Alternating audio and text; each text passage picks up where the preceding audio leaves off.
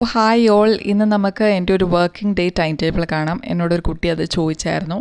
അപ്പോൾ ഐഡിയലി ഞാൻ രാവിലെ ഒരു 6 മണിക്ക് എണീക്കും, 6:30 തൊട്ട് 8:30 വരെ പഠിക്കും. ഇന്ന് കുറച്ച് ലേറ്റാണ്, ഒരു 6:45 ആയിട്ടുണ്ട് ഇപ്പോൾ സമയം. എന്തായാലും ഇന്നത്തെ ടാർഗറ്റൊക്കെ നോക്കി അപ്പം നമുക്ക് പഠിക്കാം.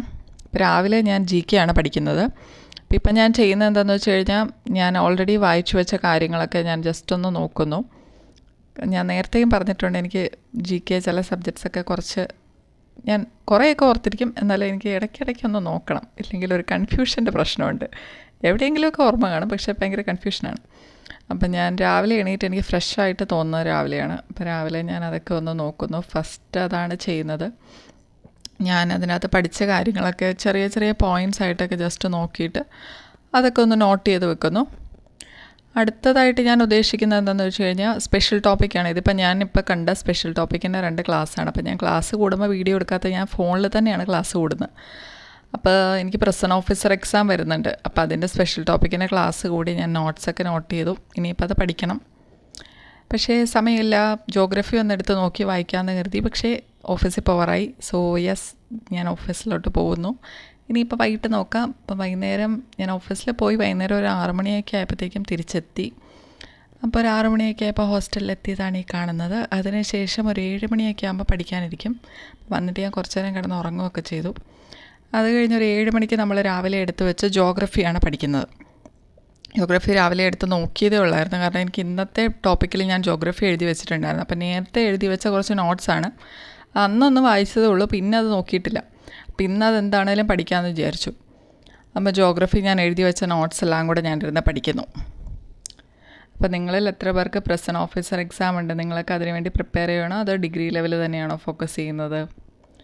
ഞാനും ഡിഗ്രി ലെവൽ എക്സാമാണ് ഫോക്കസ് ചെയ്യുന്നത്. പക്ഷേ എന്നാലും ഈ എക്സാം എന്നൊക്കെ പറയുമ്പോൾ ഒരു പരീക്ഷയല്ലേ ഉള്ളൂ എന്ന് ഓർക്കുമ്പം അത് മിസ് ചെയ്യാൻ തോന്നത്തില്ല.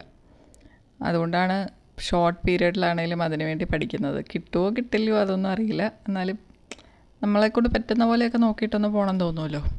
അതുപോലെയൊക്കെ ഇപ്പോൾ ജോഗ്രഫിയുടെ കാര്യങ്ങൾ ഓൾറെഡി നോട്ട് ചെയ്ത് വെച്ച കാര്യങ്ങളൊക്കെയാണ് ഇപ്പോൾ പഠിക്കുന്നത്.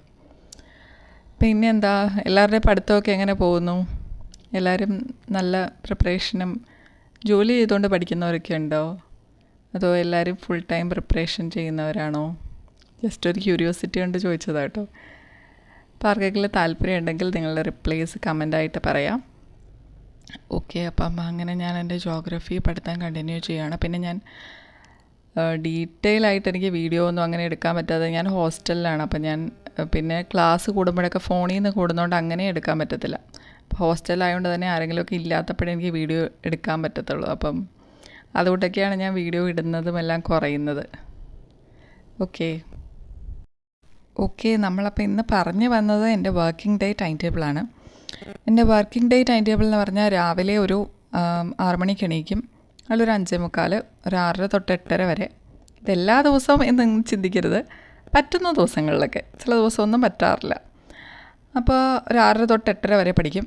അത് കഴിഞ്ഞിട്ട് വൈകുന്നേരം ജോലിയൊക്കെ കഴിഞ്ഞ് വന്നിട്ട് ഒരു 7 തൊട്ട് 8 വരെ, എന്നിട്ട് ഒരു 9 തൊട്ട് 10 വരെ, അല്ലെങ്കിൽ ചിലപ്പോൾ 11 വരെ. അപ്പോൾ ഞാൻ രാവിലെ ഒരു 7 മണിയാക്കും. ഞാൻ അത്യാവശ്യം നല്ല സമയം കിടന്ന് ഉറങ്ങുന്ന ഒരാളാണ്. എനിക്ക് ഉറക്കം കളഞ്ഞിട്ടുള്ള ഒരു പരിപാടി പറ്റത്തില്ല. അത് ഓരോരുത്തരുടെ കംഫർട്ട് അങ്ങനെയാണല്ലോ. അപ്പം അതിനുശേഷം ഞാൻ മാത്സൊക്കെ പഠിച്ചു. മാത്സ് ഒരു 4 ചോദ്യം ചെയ്തോളൂ, അത്രേ ഉള്ളൂ. Thank you.